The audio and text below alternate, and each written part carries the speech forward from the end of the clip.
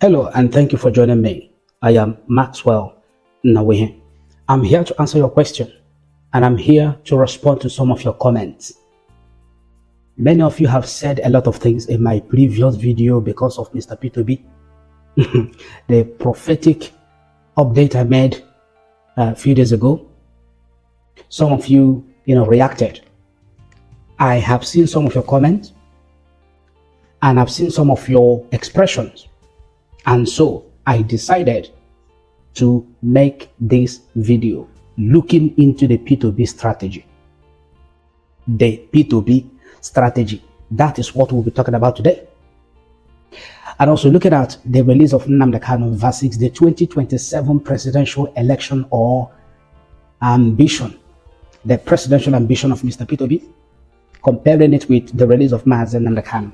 And also we are going to be looking at how P2B will change Nigeria, how P2B will fix a broken foundation that Nigeria is running on. Everyone is talking about the 2027 election. Everyone, you and me, we are talking about it, but with different understanding and from different perspective. Everyone is looking at Mr. Peter Obi right now as the strategy to finally release Mazi Nnamdi Kanu. Some of you made this comment in my recent video, in my recent prophecy. Some of you, I saw it, and I said, okay, I'm going to put this very video together to address it. You are looking up to Peter Obi as a strategy to release Mazi Nnamdi Kanu. It sounds so good and so perfect. It sounds so logical. When he becomes the president, it will be easier for him to release Nnamdi Kanu, right? Is it going to happen on paper or in real life? Is it going to happen on the pages of the newspaper? Is it going to happen, on the internet or social media or in real life? Today, we need to have a heart-to-heart discussion about the Nigerian system, or the system called Nigeria, or the Nigerian system. Because if history has taught us something in this country, it is that the system doesn't care about one good man. The system, Nigeria, doesn't care about one good man. What does the system do to a good man, a good politician? As good as Peter Obi, as good as former President Goodluck Jonathan, as good as former Vice President Professor Yemi Ushibanjo, in the time of Muhammadu Buhari, the vice president. What did the system do to Yemi Ushibanjo? What did the system do to Goodluck Jonathan? What the system does is that it eats the good people up. It uses them as breakfast. So let's talk about why the political solution is failing. The political solution. You remember the political solution. Why has it been failing? Remember, I am responding to your comments and your questions coming from my previous video. I am God's servant Maxwell Nnawuihe. Why is the political solution failing? And why the aspirations of the people are being sacrificed on the altar of the Abuja politics? So, the system versus the strategy. Nigeria is the system. P2B is the strategy. So, as some of you said that P2B is the strategy for the release of Nnamdi Kanu. But remember, we have heard about the political solution several times. We have heard about it. You have heard about it. I have heard about it. You have read about it. We have seen how it has been. You remember that there was negotiation that when President Tinubu becomes the president in 2023, that he will release Mazi Nnamdi Kanu. You remember when the family members of Mazi Nnamdi Kanu granted press interview, it was all over the internet. They confessed that President that President Bola Ahmed Tinubu did not keep to the agreement they had for the release of Mazi Nnamdi Kanu. You remember that? Why did he not honor that agreement? Why? The political solution, why did it fail? Did it fail because Mazi Nnamdi Kanu didn't want the political solution, or because there were no people negotiating at the table? Why did it fail? This is a question that many of you are not asking.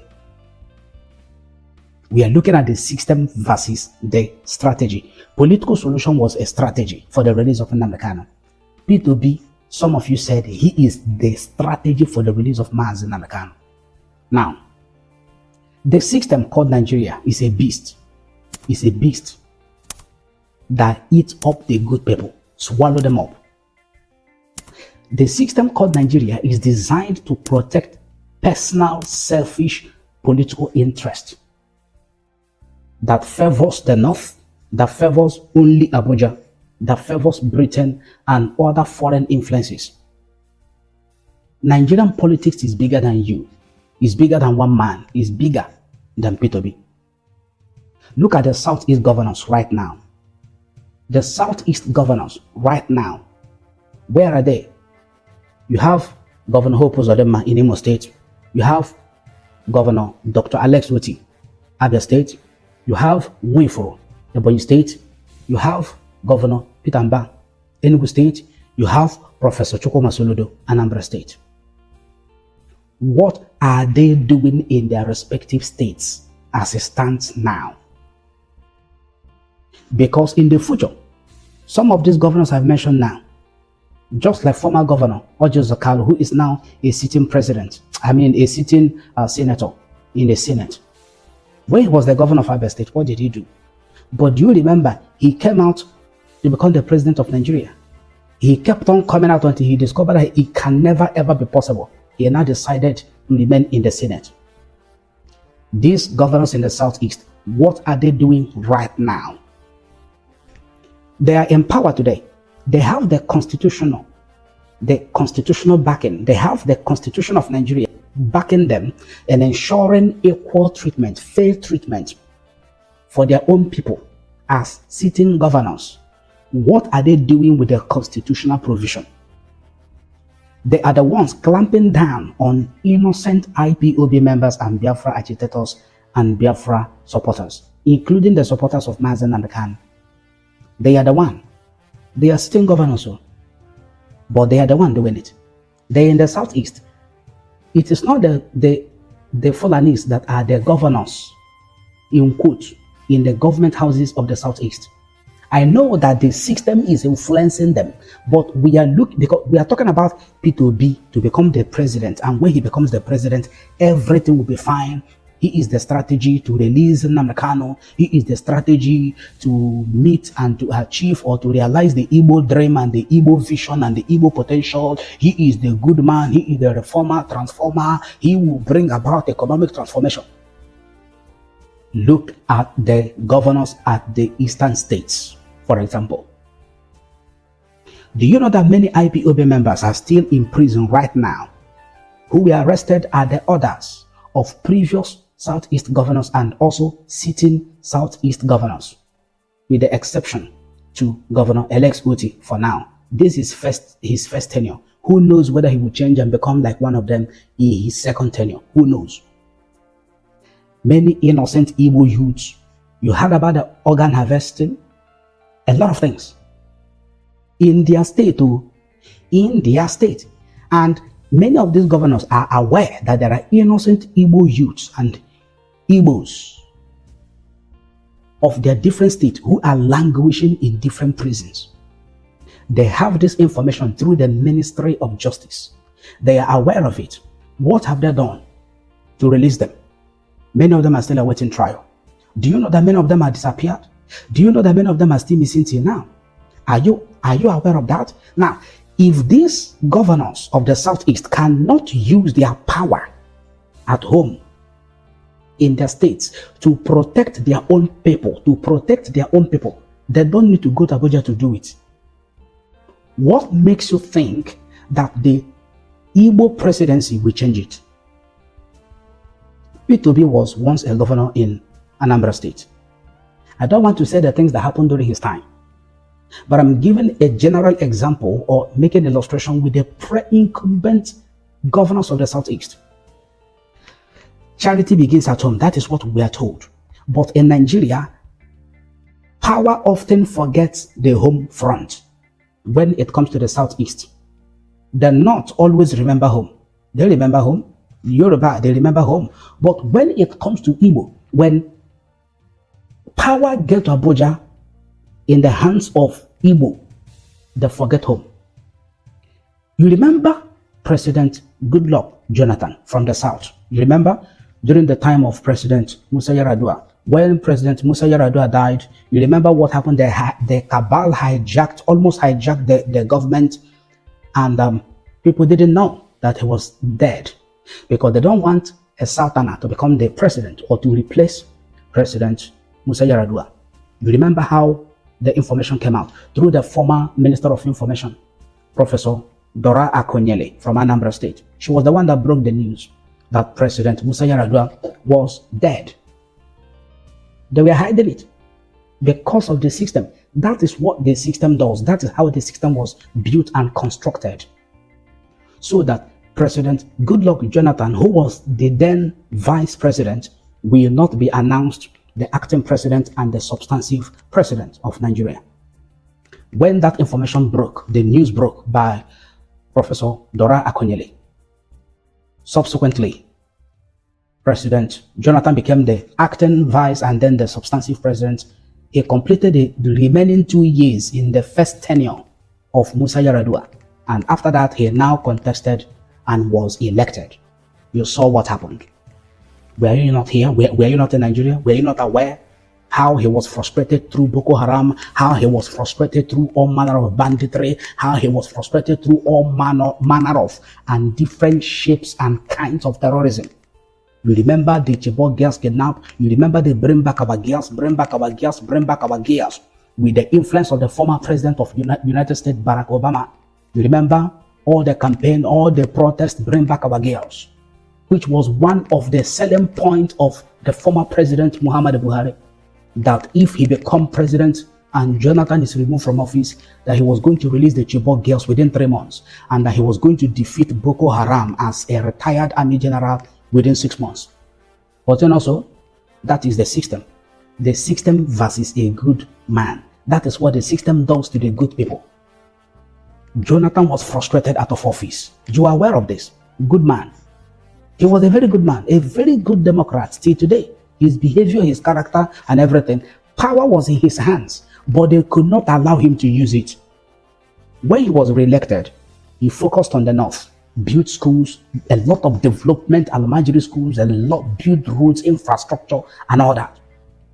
He was trying to please the North. He was trying to make sure that the North feels so comfortable with him, that the North don't fight against his government, thinking that when he is re-elected in his second tenure, he was now going to focus on the South or somehow bring development to the South. What development did President Goodluck Jonathan bring to the South? Apart from the Niger Delta University, only one school, one. Tell me, even in his own home state, Bayelsa State, what development did he bring as president? They frustrated him. They fought. Their cabals and vested interests never allowed him to carry out his goodwill, to utilize his political power, his will power, or political influence to bring development to the South. A good man. That is what the system called Nigeria did to him. So, when he convened the National Confab, you remember, he called for National Confab to discuss about a lot of things in Nigeria. Do you remember that he told them never to talk about the division of Nigeria? He said, don't ever talk about. He told all the committees that they should never talk about the division of Nigeria, because he wanted to sound or to be a very good ultimate patriot, a good patriot, a patriotic Nigeria, a unifier. Thinking that the North will clap for him, thinking that they will allow him, thinking that Britain will love him. At the end, what happened? What happened? What did the system do to Goodluck Jonathan? They frustrated him out. They dealt with him. They dealt with him. You saw the protest that was going on, how they constructed a coffin and put his picture there. All manner of things from all walks of life. You remember? I don't want to go more than this regarding Goodluck Jonathan. And Goodluck Jonathan, or should I say, Peter Obi is like Goodluck Jonathan. Okay? I hope you are understanding. I want you to put in the chat section right now. I want you to type in the chat section. What do you think with what I'm saying in response to the comment and the questions some people have asked in my previous video regarding Mr. Peter Obi becoming the president of Nigeria as a strategy to release Mazi Nnamdi Kanu and also to bring about a better Nigeria? Type in the chat section. The powers that be, international interest, they did not want Goodluck Jonathan to bring about the transformation that he planned and intended. They want to control everywhere. Mr. Peter Obi is one good man, but the system is a machine. Mr. Peter Obi is one good man, but the system is a machine. Do you know it's not one person that rules or leads a nation? Are you aware that it's not only Mr. Peter Obi that will decide what will happen in Nigeria? Some of you that are jumping up and down thinking that it's Peter Obi, he will decide, he will do this, he will do that. Do you understand when the bill is passed, how the process it takes before it is passed, before it is made a law? Do you know the processes? Do you know his cabinet, kitchen cabinet? Do you know the judiciary? Do you know the cabals? Do you know the British interest? Do you know a lot of other foreign allied interests that will come to play to influence the decision and the leadership and the administration of Mr. Peter Obi? What is the price of the Igbo presidency? Remember that this Peter Obi presidency came from the Igbo presidency. You need to remember that. Don't log out. I want you to like this video now, please. Like it. Like and share. Share it so that others will reason with us. We are having a kind of discussion, heart to heart. If you are new to Maxwell Nnawuihe YouTube channel, please subscribe immediately. Add your comment in the chat section. Your comment and your contribution may be part of the next video I am going to make on this channel. So I will be looking and going through some comments to see if we can pick one or two comments and contributions to form part of our next video. So your comment now is very important. We are responding to previous comments and contributions in our recent video. Very important. So the Igbo presidency and the bloody cost of the Igbo presidency since the days of Operation Python Dance 1 and 2, you remember? Since that very day till today, more especially the 14th of September 2017, our Igbo youths have been killed. Many of them arrested. There are a lot of them still in prison right now waiting trial. Many of them have been disappeared. Their parents, their family members cannot tell their whereabouts until this very moment. Many of them are still in different prisons right now. All this happened in order to please the North, in order to make Abuja happy, in order to make Britain happy. That is the system. That is how the system functions. You remember when Chief John Nnawuihe was the President General of Ohanes and Igbo? Do you remember the role that he played and the Igbo presidency? You remember that he said that if Igbos are not supported to become the president, that he will join IPOB. Do you remember when Chief John Nnawuihe said it? That if they refuse to support, if Nigeria refused to support Igbo to become president, that he will join IPOB. Has he joined IPOB or not? You remember that after Chief John Nnawuihe left office, Professor George Obiozor became the President General of Ohanes and Igbo. What happened? Although he didn't last for a long time in office, about 1 year plus, he died. After he died, still with the same Igbo presidency before he died, Chief Emmanuel Iwanyang took over. Still the same Igbo presidency. All of them were all aligning themselves. All of them were all playing the politics of the center, politics of inclusion. We have to be at the center.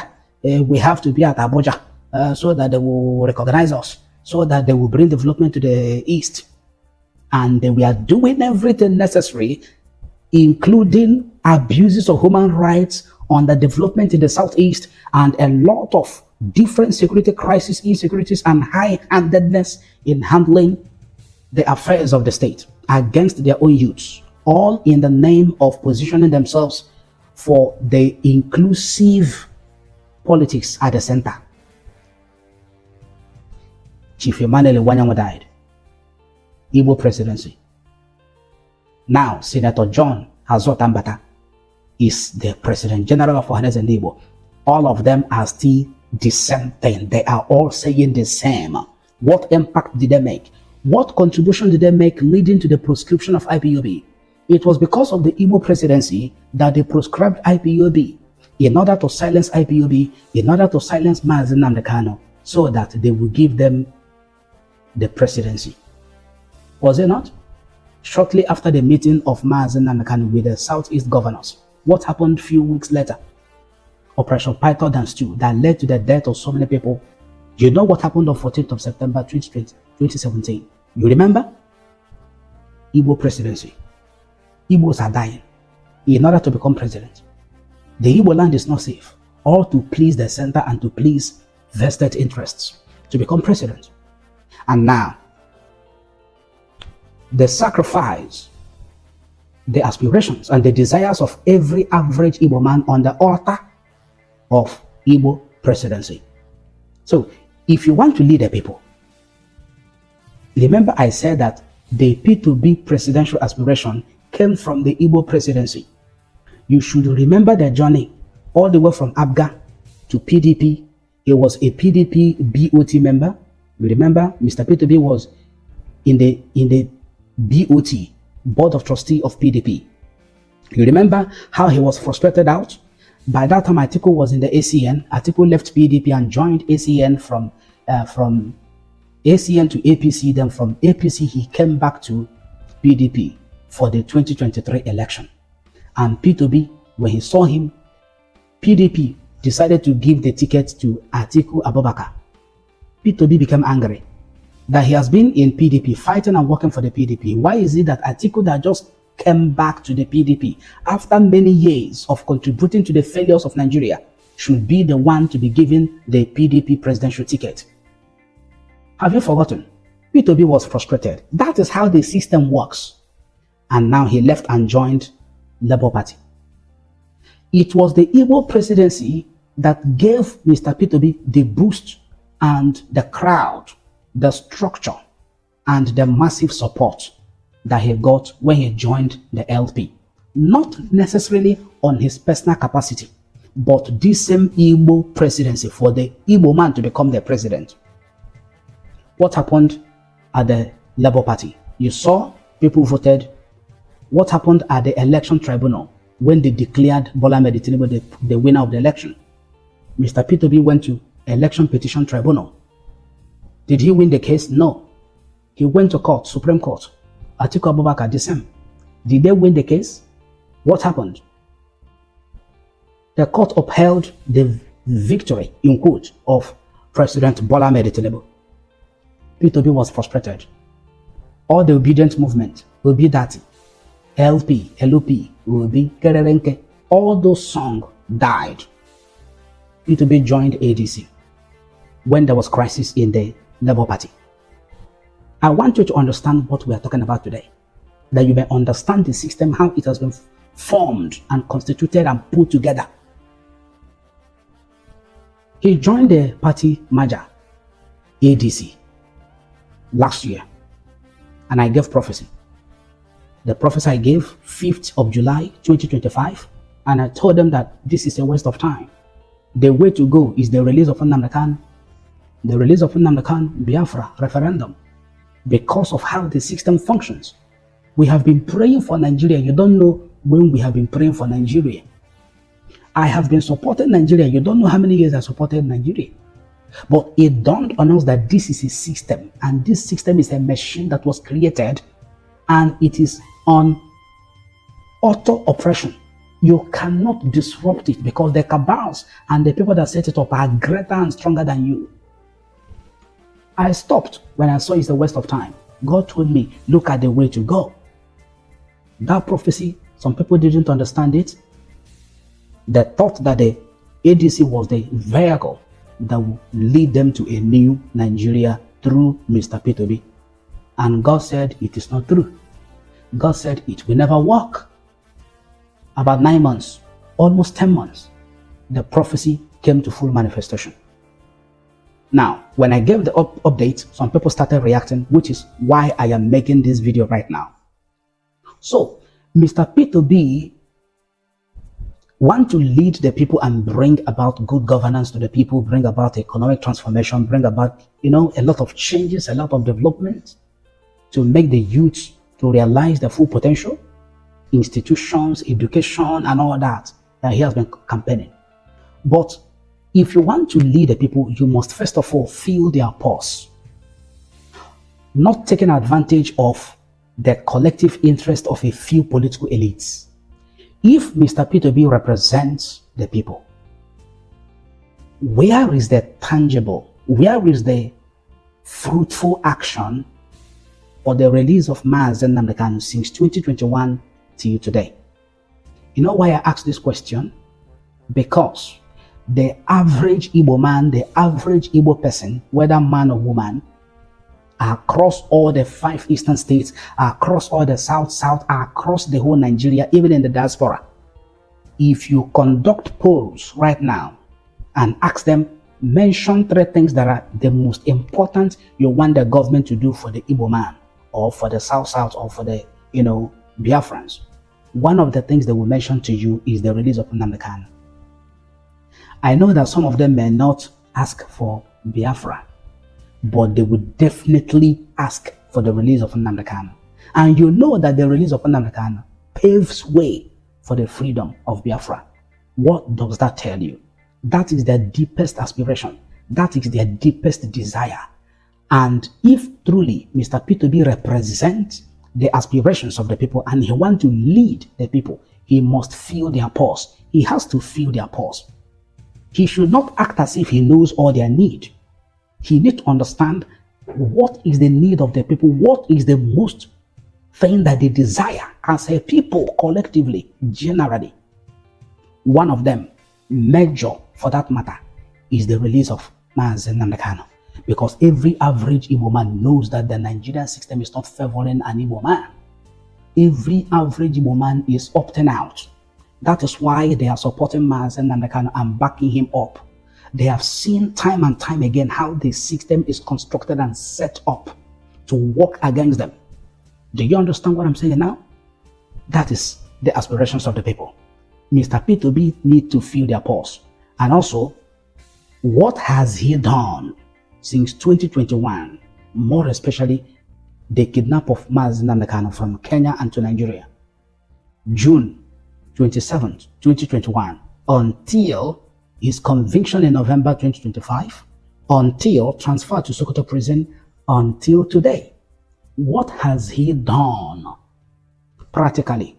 What practical steps has he taken? What political steps and measures has he put in place or taken to ensure that Mazi Nnamdi Kanu is released? If you're going to Nigeria to bring about justice, if you're going to Nigeria to bring about equality, if you're going to become the president of Nigeria in order to make sure that there is justice, there is equality, there is fair treatment, there is development and all that, why are you not starting with the case of Mazi Nnamdi Kanu? When last did he visit Mazi Nnamdi Kanu? Has he ever visited Mazi Nnamdi Kanu? Not only visiting him for campaign, as some people have been doing, but visiting him in order to actually mount pressure, use his international connections to mount pressure on the government of Nigeria for the release of Nnamdi Kanu. And then we can be thinking or considering supporting him. Those of you that are supporting Mr. Peter Obi to become the president as a strategy for the release of Nnamdi Kanu, help us and write in the chat section. Mention the things that Mr. Peter Obi, His Excellency, Mr. Peter Obi has done for the release of Mazi Nnamdi Kanu, so that we can maybe consider supporting him, knowing that when he becomes the president of Nigeria, he's going to release Mazi Nnamdi Kanu. Mention them in the chat section. I will be going through the chat section to see your comment, to read your comment and your contributions. And anyone that is reasonable, we are going to bring them and it will become part of our next video. Very, very important. You remember the political solution. You remember when Mazi Nnamdi Kanu was in DSS, when Professor Soludo the governor of Anambra State, paid him a visit. You remember political solution before the Anambra governorship election. The IPOB leadership called off the election boycott. Remember, there was election boycott of the Anambra State governorship election. And then this political solution everywhere, IPOB decided to say, okay, you people should go and vote. They voted. Peter Soludo won. After he won, what happened? All those cameras and all those pictures at the DSS, what did he do with it? The political solution till this very moment. What has become of it till this very moment? You are seeing how the administration of the governor of Anambra State is clamping down on the IPOB or the Biafran supporters and agitators who are innocent, who are not violent. Remember that charity begins at home. Remember that in Igbo they say, Ane sinula mama apuama. Ane sinulo amama apuama. Charity begins at home. So, some of you reacted to the prophecy I gave about Mr. Peter Obi and the new party NDC. Remember, from ABGA to PDP, from PDP to LP, from LP to ADC, and now from ADC to NDC. I've given about 3-4 major prophecies that are detailed about Mr. Peter Obi, and the recent one. Some people became angry and started reacting to my prophecy. They say, oh, all these prophets, leave Peter Obi alone, leave Peter Obi alone. Nigeria has so many problems, but you cannot use a prophecy to solve the problem. Whereas I'm also solving the problem by telling you what to do, but you don't want to accept the solution. Some of you are angry, and you are angry because Peter Obi is your favorite politician, and the prophecy I gave does not favor him. Now you are angry and you are condemning the prophecy I've given. But when fake pastors, fake prophets give prophecy that favor your favorite politician, oh, you will clap for them. Oh, that great man of God, that man of God is so powerful. He prophesied, he's praying for Peter Obi. You remember during the 2020, before the 2023 election, the leader of Living Faith Church, the president of Living Faith Church, Bishop David Oyedepo, prayed for Mr. Peter Obi and supported him. You remember? Pastor Chris Oyekelomi of Christ Embassy prophesied in the favor of Peter Obi. Apostle Johnson Suleiman prophesied in the favor of Mr. Peter Obi. A lot of great prophets, they prophesied in the favor of Mr. Peter Obi. I was the only prophet that said these prophecies will not come to pass. Look at what God is saying, that Mr. Peter Obi will never be allowed to become the president of Nigeria in the 2023 election. All the positive prophecies that Mr. Peter Obi received, they were so massive, there are many. My own prophecy was the only one that was different and contrary. So which of those prophecies came to pass? And which of us among the prophets that prophesied over Peter Obi during the 2023 election, which of us now prophesied the will of God? My very self that said that he will not become the president of Nigeria, not because I hate him, but because of the priority and the will of God for the people. The will of God for Igbos and Biafrans is not Nigerian election. It's the freedom of Nnamdi Kanu and the freedom of Biafra. Somebody also asked the question, is there anything wrong with Peter Obi aspiring to be the president of Nigeria? I will answer that question in this video. I'm trying to help you to understand how far we have gone in prophecy. When the prophecy does not favor your own favorite politician, you condemn it. When the prophecy, even if it's fake, but it is supporting your favorite politician, oh, you will clap for the prophet, you will donate money, you will love them, you will help them, you will respect them. Most of our people love fake. Anything fake, they love it. Fake. A broadcast that will tell them lies, tell them what they want to hear. That is not true. They will love it. They will watch you until the end of the broadcast. They will watch that video, even if it's 5 hours, they will watch it. And they will be laughing, liking and sharing and commenting.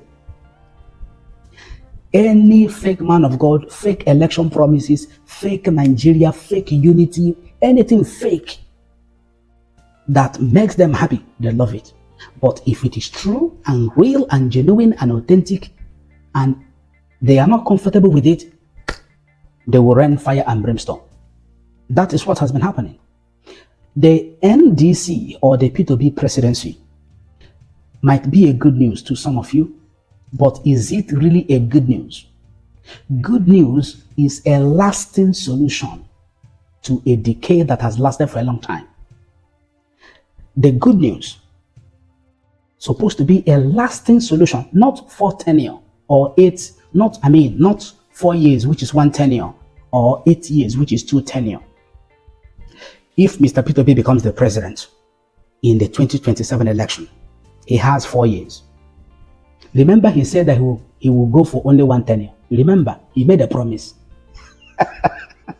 that he will go for only one tenure, that he will not recontest for second term. Remember. Now, what will 4 years do in order to correct and bring a lasting solution for problems of decay, or decay that has lasted for how many years? 100 and something years of Nigerian amalgamation. 1914, January 14, 1914. You remember the transformation and the development of the former governor of old Imo State, Sam Mbakwe. You remember? How many of you can feel it? All those developments now. How many of you? You remember Michael Obara? You remember the fastest growing economy competing with their counterpart in the world? How many of you can still feel the impact of Sam Mbakwe and Michael Obara? How many of you in the Southeast, how many of you can still feel it right now? The system has swallowed all of them up. Is it lasting? Is it enduring? Is it lasting? Is it enduring? So, Nigeria was founded never to survive. It was never founded to survive or to flourish. Nigeria was not built on the foundation of sustainability, of prosperity, inclusivity, and the well-being of the people. That was not how Nigeria was formed. That was not how the system was put together. A million P2B cannot fix the rot and the crack of the Nigerian foundation. A million of them cannot try it. Goodluck Jonathan tried it, a very good Democrat.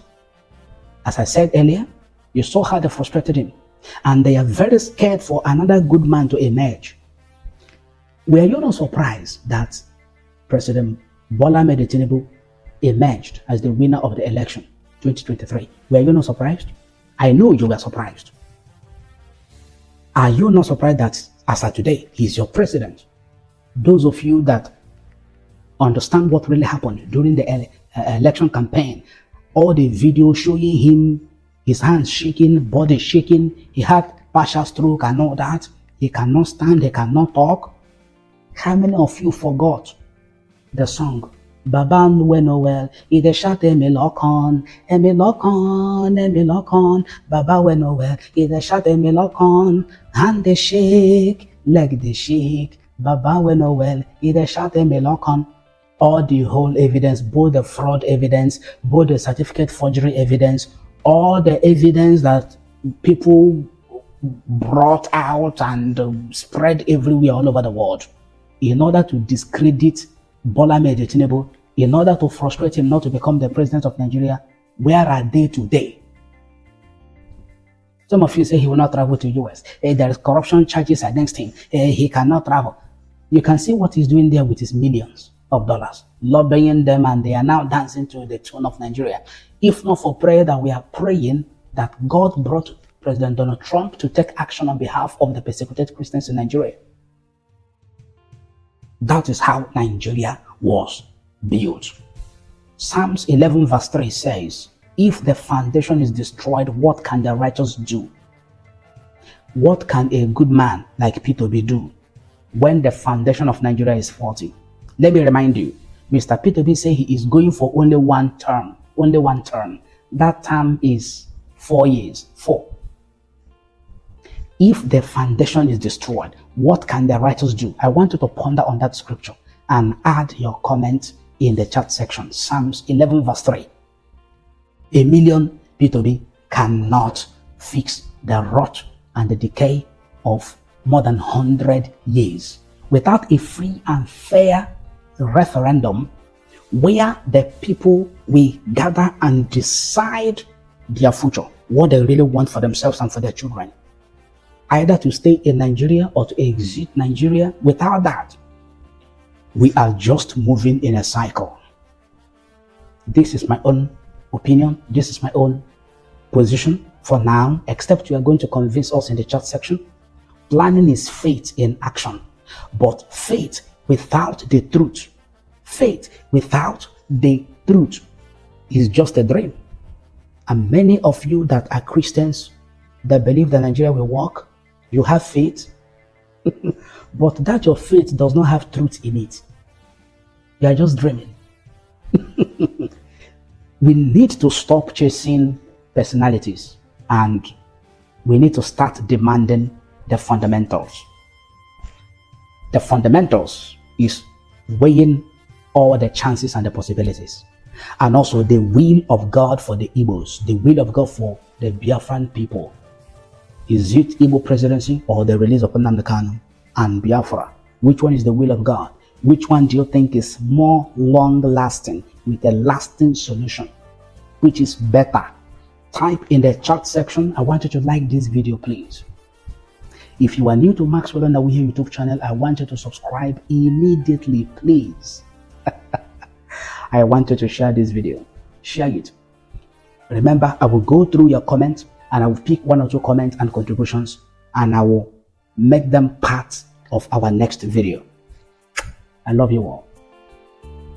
In my mind, I started thinking about how we've been having this conversation about the unity of Nigeria. And I reflect back at some of the prominent statements made by some of our founding leaders. And I feel that probably this will help us to have a conversation on the Nigerian unity. I just brought forth, not to bore you. First, and I quote, not my statement, Nigeria is not a nation. It's a mere geographical expression. There are no Nigerians in the same sense as there are English, Welsh, or French. The word Nigerian is merely a distinctive appellation to distinguish those who live within the boundaries of Nigeria from those who do not. This is accredited to Chief Obi the former Prime Minister of the Western region. The second one, and I quote, it is true that we politicians always delight in talking loosely about the unity of Nigeria. 60 years ago, there was no country called Nigeria. What is now Nigeria consisted of several large and small communities, all of which were different in their outlooks and beliefs. The advent of the British and that of Western education has not materially altered the situation, and the many and varied communities have not knit themselves into a composite unit.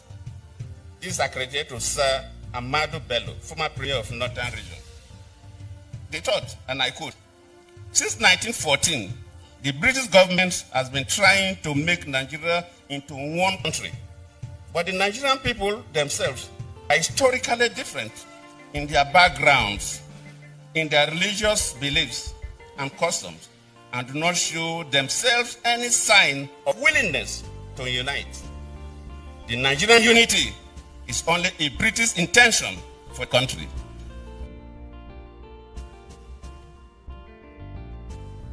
Subscribe on YouTube, TikTok, X, Facebook, and Instagram.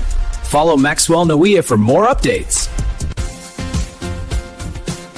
Follow us on YouTube, TikTok, X, Facebook, and Instagram for more updates.